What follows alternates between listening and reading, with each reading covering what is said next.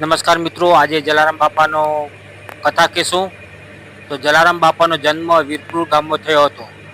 તેઓ બાળપણથી જ ખૂબ જ દયાળુ, ભક્તિમય અને સેવા ભાવનાવાળા હતા.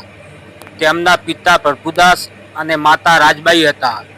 બાળપણથી જ તેમને ભગવાન પ્રત્યે ખૂબ જ પ્રેમ હતો. ખાસ કરીને લોર્ડ રામાના ભક્ત હતા.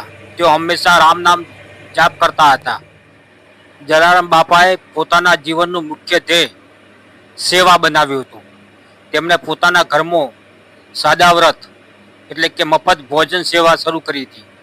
જો કોઈ પણ વ્યક્તિ ધર્મ, જાતિ કે વર્ગ વગર ભોજન લઈ શકતો હતો. કહેવામાં આવે છે કે તેમના ઘરમાં અનાજ ક્યારેય ખૂટ્યું ન હતું. ભગવાનની કૃપાથી ને બાપાની નિષ્ઠાનો પરિણામ માનવામાં આવે છે. જલારામ બાપાના જીવનમાં અનેક ચમત્કારો જોવા મળે છે. ગરીબોને મદદ કરવી, બીમાર લોકોને આરોગ્ય મળવું, અનાજનો અખૂટ ભંડાર. એક પ્રસિદ્ધ ઘટના મુજબ એક સંતે બાપાની પરીક્ષા લીધી અને તેમની પત્ની વૃંદાબાઈ ને માંગી.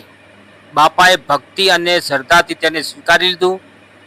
અંતે તે સંતે પોતાની ઓળખ આપી અને બાપાની ભક્તિથી પ્રસન્ન થયા.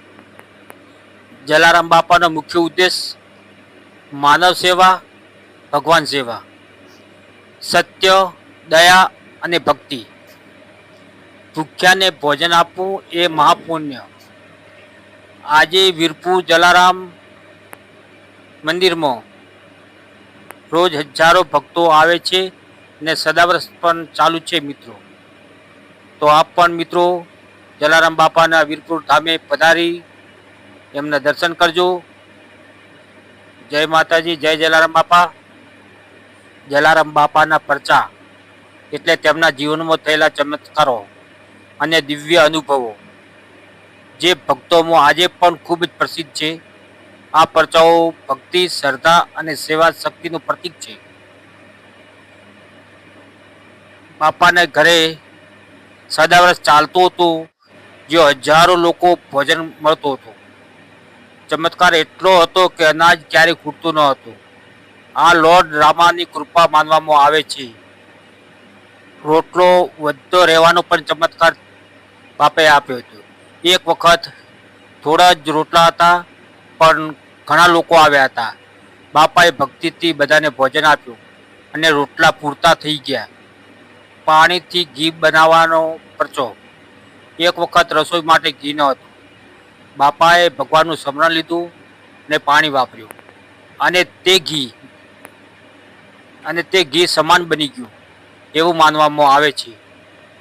બાપાની ઝોલી એટલે કે થેલી અને ધાનનો ભંડાર ક્યારેય ખૂટતો ન હતો. આજે વીરપુર ધામમાં આ પરંપરા ચાલુ છે. જલારામ બાપાના પરચા ઉપરથી આપણે શીખ લઈએ. નિસ્વાર્થ સેવા કરો, ભગવાનમાં અડગ શ્રદ્ધા રાખો, જરૂરિયાતમંદોને મદદ કરો. જય જલારામ બાપા. આપ પણ જલારામ બાપા લખી